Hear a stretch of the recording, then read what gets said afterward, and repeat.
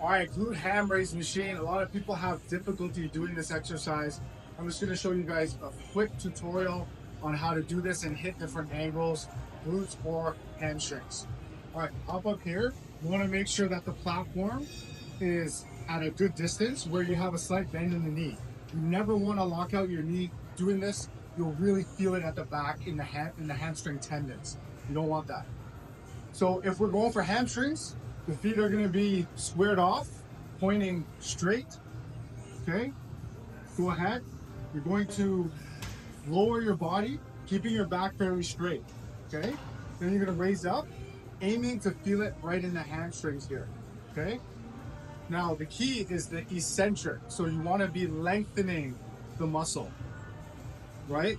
We always think that the concentric, the squeezing of the muscle is where it happens, but you get most benefit from the lengthening portion. So even if you don't get all the way up, you want to make sure that you have enough weight to really tax yourself in the lengthening or the eccentric part of the movement.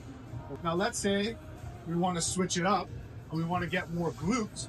All we're going to do is externally rotate the legs, just like this. So now you're getting more of that duck foot position. You also want to make sure that your femurs are externally rotated as well. And then you should feel it a lot more in the glute. Now in this case, you want to focus really on the pelvis. So the pelvis wants to roll forward and then you want to pull that pelvis up.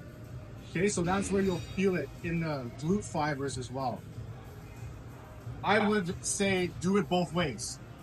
Okay, do a few sets with the hamstring and then a few sets with the glute.